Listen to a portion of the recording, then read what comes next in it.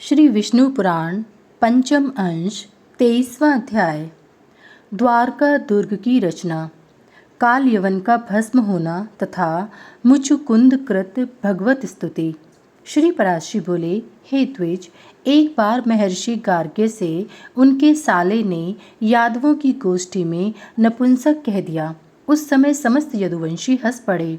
तब गार्ग्य ने अत्यंत कुपित हो दक्षिण समुद्र के तट पर जा यादव सेना को भयभीत करने वाले पुत्र की प्राप्ति के लिए तपस्या की। उन्होंने श्री महादेव जी की उपासना करते हुए केवल लौह चूर्ण भक्षण किया तथा भगवान शंकर ने 12वें वर्ष में प्रसन्न होकर उन्हें अभिष्ट वर दिया। एक पुत्रहीन यवनराज ने महर्षि गार्ग्य की अत्यंत सेवा कर उन्हें संतुष्ट किया। उसकी स्त्री के संग से ही इनके एक भांवरे के समान कृष्णवर्ण बालक हुआ।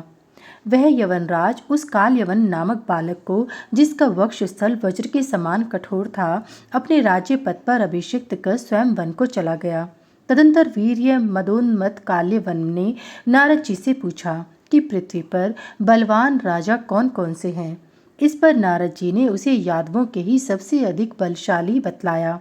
यह सुनकर काल यवन ने हजारों हाथी घोड़े और रथों के सहित सहस्त्रों करोड़ मलेच्छ सेना को साथ ले बड़ी भारी तैयारी की और यादवों के प्रति क्रुद्ध होकर वह प्रतिदिन हाथी घोड़े आदि के थक जाने पर उन वाहनों का त्याग करता हुआ अन्य वाहनों पर चढ़कर अविच्छिन्न गति से मथुरापुरी पर चढ़ आया। एक और जरासंध आक्रमण और दूसरी ओर काल यवन की चढ़ाई देखकर श्री कृष्णचंद्र ने सोचा, यवनों के साथ युद्ध करने से क्षीण हुई यादव सेना अवश्य ही मगध नरेश से पराजित हो जाएगी, और यदि प्रथम मगध नरेश से लड़ते हैं तो उससे क्षीण हुई यादव सेना को बलवान काल्यवन नष्ट कर देगा। हाय, इस प्रकार यादवों पर एक ही साथ यह दो तरह की आपत्ति आ पहुंची है। अतः मैं यादवों के लिए एक ऐसा दुर्जय दुर्ग तैयार करता हूँ जिसमें बैठकर विष्णु श्रेष्ठ यादवों की तो बात ही क्या है, स्त्रियां भी युद्ध कर सकें। उस दुर्ग में रहने पर यदि मैं मत्त प्रमत्त असावधान सोया अथवा कहीं बाहर भी गया हूँ, तब भी अधिक से अधिक दुष्ट शत्रुगण भी यादवों को पराभूत न कर सकें। ऐसा विचार कर श्री गोविंद ने समुद्र से बाहर योजन भूमि मांगी और उसमें द्वारिकापुरी का निर्माण की। इंद्र की अमरावती पुरी के समान महान उद्यान, गहरी खाई, सैकड़ों सरोवर तथा अनेक महलों से सुशोभित थी। काल यवन के समीप आ जाने पर श्री जनार्दन संपूर्ण मथुरा निवासियों को द्वारका में ले आए और फिर स्वयं मथुरा लौट गए। जब काल्यवन की सेना ने मथुरा को घेर लिया तो श्री कृष्णचंद्र बिना शस्त्र लिए मथुरा से बाहर निकल आए। तब यवनराज काल्यवन ने उन्हें देखा। महायोगीश्वरों का चित्त भी जिन्हें प्राप्त नहीं कर पाता, उन्हीं वासुदेव को केवल बाहु रूप शस्त्रों से ही युक्त अर्थात खाली हाथ देखकर वह उनके पीछे दौड़ पड़ा। काल यवन से पीछा किए जाते हुए श्री कृष्णचंद्र उस महागुहा में घुस गए जिसमें महावीर्यशाली राजा मुचुकुंद सो रहा था। उस दुर्मति यवन ने भी उस गुफा में जाकर सोए हुए राजा को कृष्ण समझकर लात मारी। उसके लात मारने से उठकर राजा मुचुकुंद ने उस यवनराज को देखा। हे मैत्रेय, उनके देखते ही वह यवन उसकी क्रोधाग्नि से जलकर भस्मीभूत हो गया। पूर्व काल में राजा मुचुकुंद देवताओं की ओर से देवासुर संग्राम में गए थे। असुरों को मार चुकने पर अत्यंत निर्दयी होने के कारण उन्होंने देवताओं से बहुत समय तक सोने का वर मांगा था। उस समय देवताओं ने कहा था कि तुम्हें शयन करने पर जो तुम्हें कोई जगाएगा वह तुरंत ही अपने शरीर से उत्पन्न हुई अग्नि से जलकर भस्म हो जाएगा। इस प्रकार पापी काल यवन को दग्ध कर चुकने पर राजा मुचुकुंद ने श्री मधुसूदन को देखकर पूछा, आप कौन हैं? तब भगवान ने कहा, मैं चंद्रवंश के अंतर्गत यदुकुल में वसुदेव जी के पुत्र रूप से उत्पन्न हुआ हूँ। तब मुचुकुंद को वृत्तकार के मुनि के वचनों का स्मरण हुआ।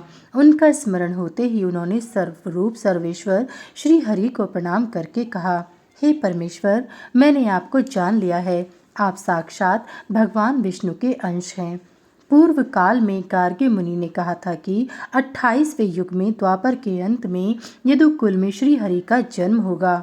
निसंदेह आप भगवान विष्णु के अंश हैं और मनुष्यों के उपकार के लिए ही अवतीर्ण हुए हैं, तथापि मैं आपके महान तेज को सहन करने में समर्थ नहीं हूँ। हे भगवान, आपका शब्द सजल मेघ की घोर गर्जना के समान अति गंभीर है तथा आपके चरणों से पीड़िता होकर पृथ्वी झुकी हुई है।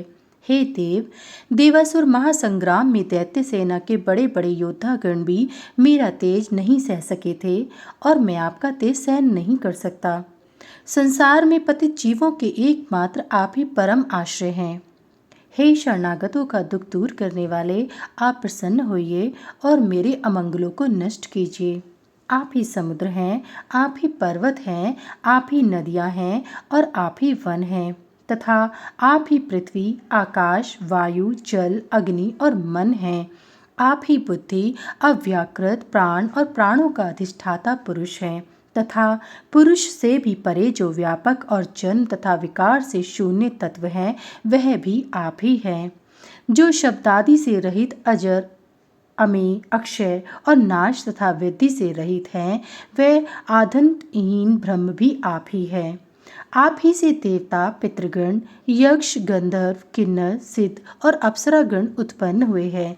आप ही से मनुष्य, पशु, पक्षी, सरीसृप और मृग आदि हुए हैं तथा आप ही से संपूर्ण वृक्ष और जो कुछ भी भूत भविष्यत चराचर जगत है, वह सब हुआ है।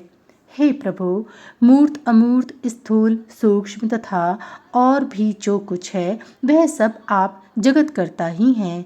आपसे भिन्न और कुछ भी नहीं है। हे भगवान, तापत्रय से अभिभूत होकर सर्वदा इस संसार चक्र में भ्रमण करते हुए मुझे कभी शांति प्राप्त नहीं हुई। हे नाथ, जल की आशा से तृष्णा के समान मैंने दुखों को ही सुख समझकर ग्रहण किया था, परंतु वे मेरे संताप के कारण हुए। हे प्रभु, राज्य, पृथ्वी, सेना, कोश, मित्रपक्ष, पुत्रगण, स्त्री तथा सेवक आदि भी और शब्दादि विषय, इन सबको मैंने अविनाशी तथा सुख बुद्धि से ही अपनाया था, किंतु हे ईश, परिणाम में वे ही दुख स्वरूप सिद्ध हुए।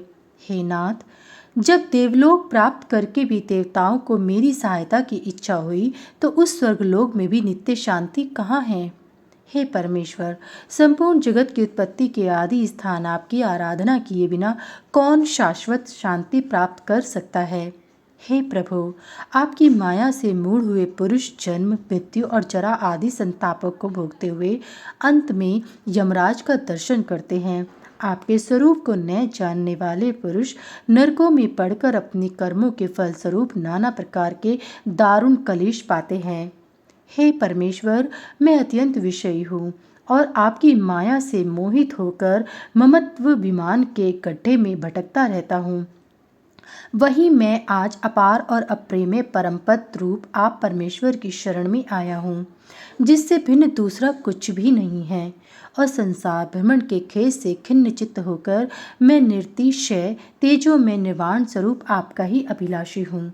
इति श्री विष्णु पुराणे पंचमी अंशे त्रयोविंशोऽध्याय समाप्त।